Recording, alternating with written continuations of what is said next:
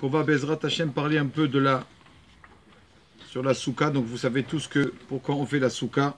Parce que pour se rappeler, une des raisons, se rappeler des colonnes de nuée que le peuple d'Israël a mérité d'avoir dans le désert. Les colonnes de nuée leur montraient le chemin. Il y en avait 4 des 4 côtés du peuple d'Israël. Il y avait un au-dessus d'eux, d'accord, et un en dessous. Et un en dessous, voilà, et un en face, c'est-à-dire devant eux, d'accord. Tout ça pour leur préparer le chemin, leur tuer les scorpions et les serpents qu'il y avait dans le désert, tout ça. Donc il y avait 7 nuages, colonnes de nuée, d'accord. C'est un des cadeaux qu'on avait dans le désert. Il y avait aussi, dans le désert, il y avait aussi la manne qu'on a eue. Il y avait aussi le puits de Myriam, le puits d'eau pour le mérite de Myriam. Pourquoi on ne fait pas des fêtes pour le puits de Myriam et pour la manne? Pourquoi on commémore que les colonnes de nuée? Parce que le puits de Myriam et la manne sont venus parce que le peuple d'Israël s'est plaint. Ben, ils se sont plaints. Alors j'ai leur de la manne et leur donné le puits d'eau. Oui ou pas? Alors on ne veut pas se rappeler de ça. Tandis que les colonnes de nuée, sans se plaindre, on a eu. C'est pour ça que les colonnes de nuée, on fait la fête de Sukkot pour se rappeler de ça. Comment Ketzad Mitzvah Teshivat Sukkah? Comment ça se passe dans la Sukkah? Tous les 7 jours de la Sukkah, l'homme doit faire de sa Sukkah sa maison fixe, et de sa maison, il doit la faire donc temporaire, provisoire. Il doit inverser en fait. D'accord? Sa maison pendant 7 jours, c'est sa Sukkah, ça doit être. C'est vraiment un bon juif. Sukkot Teshvu, voilà, Ke'en Tadou, comme c'est tu habites là-bas. Voilà.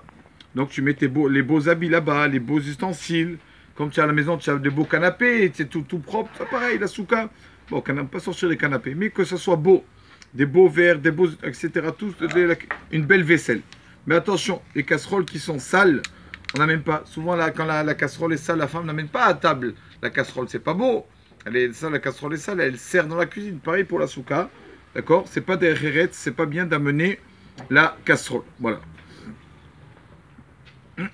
C'est un plateau, tout ça, d'accord, un beau plateau où on sert, d'accord, mais la casserole qui a été sur le feu, qui est en général ça, on n'emmène pas dans la Sukkah. Tout ça pour ne pas faire quelque chose de mépriser la Sukkah. D'accord, on a dit que c'est la sainteté de la synagogue, la Sukkah.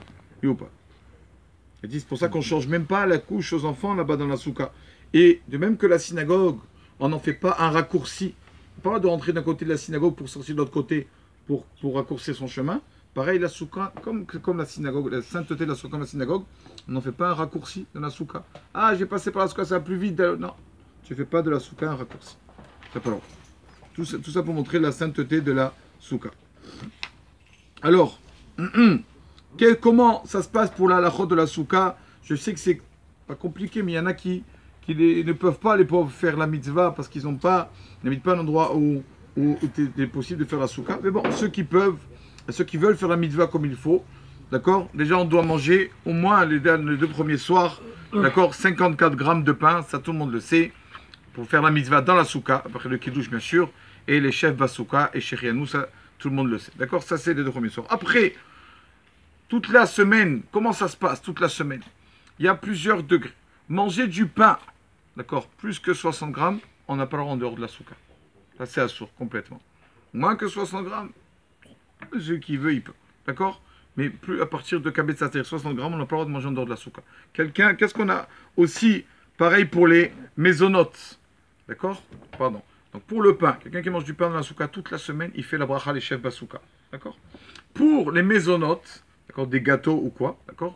Alors là, il fait bien sûr mésonotes, mais il ne fait pas la bracha les chefs Basouka, il ne fait pas les chefs Basouka. Il ne fait pas la bracha les chefs Basouka. Cette bracha, on la fait que quand il y a du pain.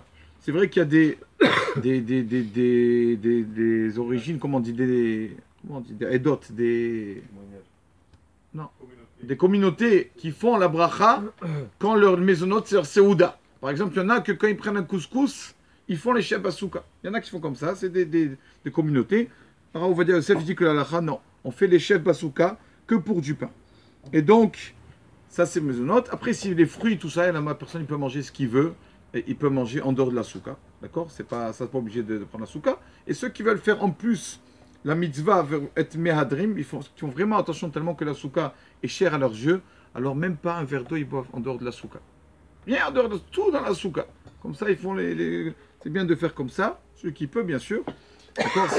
Si c'est embêtant et tout, d'accord, mais s'il peut, il a une Sukkah pas loin de chez lui, tout ça, Et alors, de prendre tout dans ce cas, c'est une grande mitzvah de faire attention à ça. Il dit, donc c'est quoi la mitzvah? Vous savez aussi que là, dans la soukha, on allume une bougie chaque soir. On a des oushpizin, des invités oushpizin.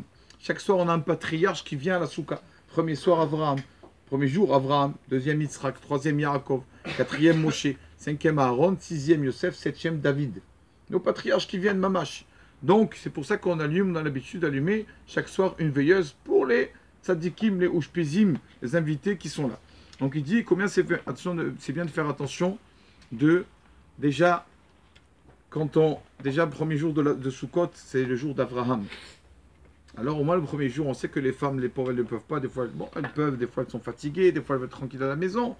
Mais c'est bien, au moins, le premier jour, d'avoir quelqu'un à ta table, un invité, parce que c'est le jour d'Abraham. Abraham, il avait les invités. Et quelle différence entre le peuple d'Israël et les autres nations? C'est ça. Que nos Sukkot sont ouvertes. Parce que la Gemara, elle dit que la Hatilavo, après, à la fin des temps, les nations vont voir comme c'est beau les mitzvot, eux aussi vont faire des Sukkot.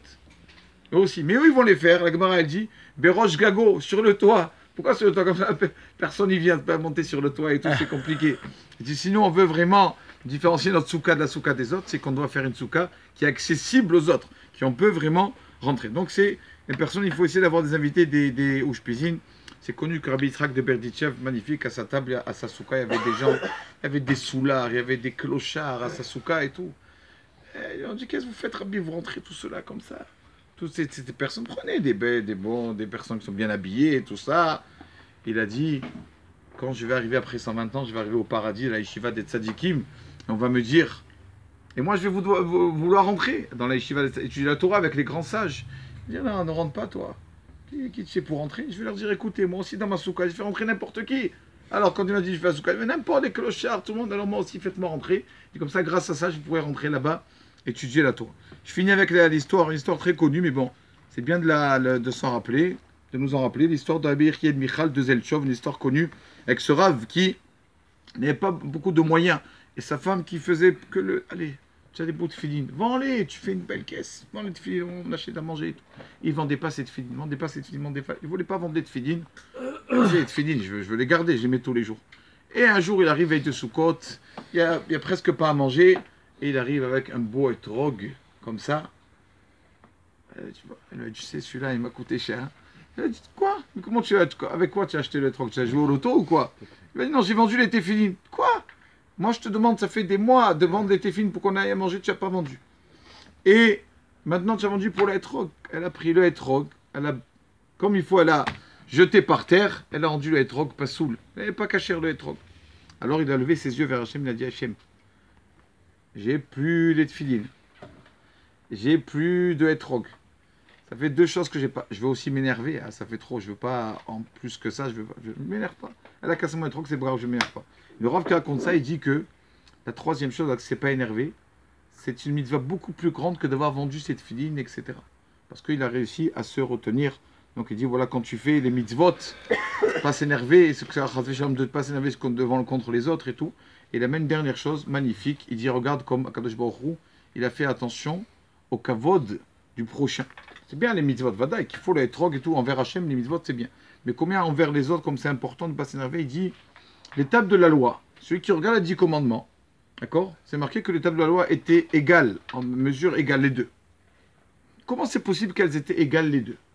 On sait que la table de droite, c'était le mitzvot d'un juif envers Hachem, je suis ton Dieu, tout ça. Et les mitzvot à gauche, c'était envers autrui.